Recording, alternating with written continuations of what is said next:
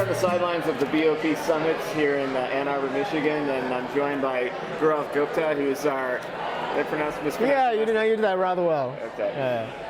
So Gaurav, you're Dalberg's regional director for Asia, and you're based in Mumbai, and you've had a special focus on energy markets. Mm-hmm. And we were talking a little bit about just the framing of the base of the pyramid and the discussion around what it really means. But you were telling me that, companies have been going after the BoP, they've been penetrating the market, they've been harnessing the market, and we've seen changes in poverty alleviation over the last 10 years as a result. So what's the difference that you're thinking in terms of how we should look at BoP and framing the market? So I think when people have talked about the opportunity with the BoP, it's been a very consumer-led approach, right? So they've thought about them as consumers that you can sell to, and so, that original notion of fortune at the base of the pyramid. Talk more about that, but I think if you actually see what's happened over the last 10, 15 years and how at least many of the people who are engaged in this sector think about it, you think about being a consumer, you also think about employing, being a supplier. So it's not just about being on the consumption side, but also being someone who you employ. And I think in that respect, if you look at all the macro numbers, right, we've had tremendous growth in many of the poorer countries. Sub-Saharan Africa is now is the fastest growing economy in the world. And what's happening there is you're seeing a huge amount of engagement with the population as suppliers, as employees. Where you've really struggled is to create services at the BoP level, so the provision of energy, health, water, fortified foods, where you kind of see an idea of productive consumption, where everyone deep down inside thinks, oh, it would be great if people had access to that, but people have struggled in, I think, creating the right business models.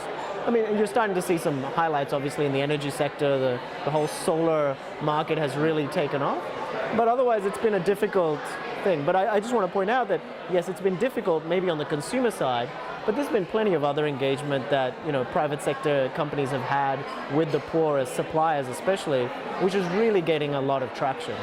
One of the early themes, and it was posited by Stu Hart in his talk at the opening, was the sharpshooter versus the widespread value proposition. Is part of the reason why those services haven't been rolled out to the BoP adequately is because we've had this approach of product development, a very narrow product development, as opposed to a platform-based solution? Yeah, I think he got it absolutely right. So if you look at the product that was successful, so why are solar lights successful? Because to some extent they're self-standing things, right? They're not. In fact, their main draw card is that they don't rely on anything else. You've got the light, you've got the panel, and you've got your light in a box, essentially.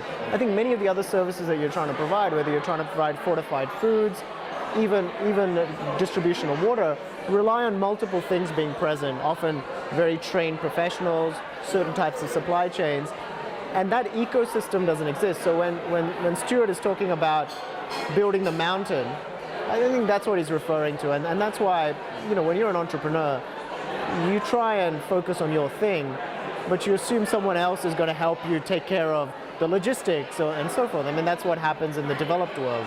Right. And I think that's definitely been a big struggle. You can't always count on that. You can't always count on that. Things are going to break, and there's going to be less of a backfall in terms of infrastructure. I wonder where you're coming to this conference. We're just here on day one, so we haven't gone through a lot. But what are you hoping to see here? What are you hoping to hear from other conference attenders, and how will you apply that?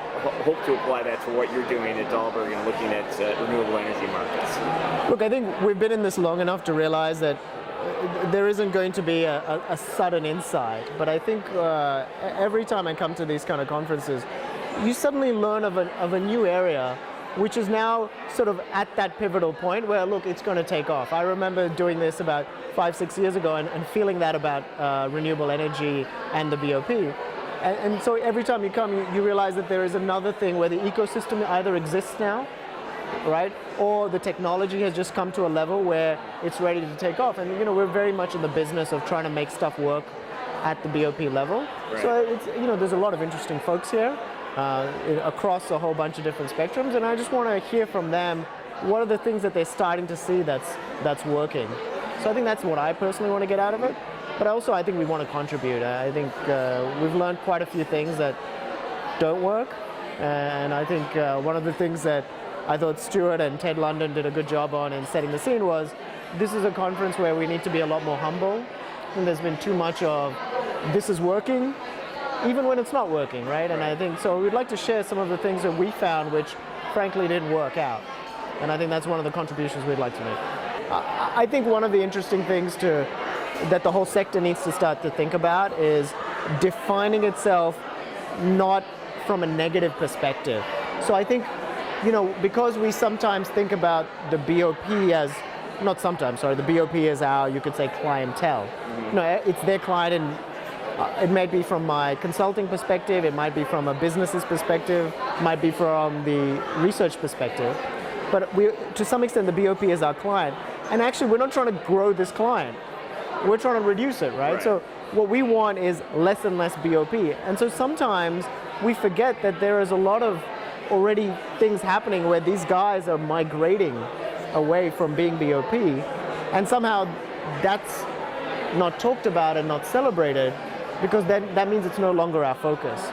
And so we sometimes have a very negative mindset of stuff is not working, there's such few examples of things working. And actually the only reason I think there are few examples is because we ill-define it. There's a lot of companies out there working with the BoP, successfully working with the BoP, who don't necessarily classify themselves as social enterprise or a big corporate that doesn't do it out of CSR, right? And I think that misses our radar. But clearly, if you look at the incredible growth that's been happening in Africa, in India, and many parts of the world, business is like coming to the table, and you are seeing some real engagement. So I think it's important for us to just focus on how are the BoP being impacted and transitioned.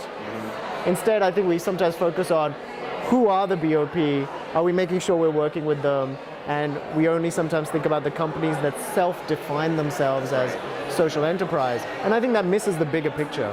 So do we need a broader definition, do you think? Do we need different types of metrics to look at companies that wouldn't appear in a case study unless we targeted them in a different sort of a filter? Yeah, look, that's a very important question, and clearly the reason we haven't been doing it is because it's a hard question. But I think it's worthwhile us recognizing that the definition of this sector needs to be about the people being impacted, not the way that companies choose to self-define or the way we choose to define the people we want to engage with. So it's more important to say, okay, if we draw the line at this is what constitutes someone at the BoP, let's see how that person is moving in and out of that situation. And there are many companies and institutions involved in that process, and let's understand what they're doing, as opposed to the, social enterprise is that which Acumen is funding or Dalberg is working on. I think that's where we've made a mistake in the past.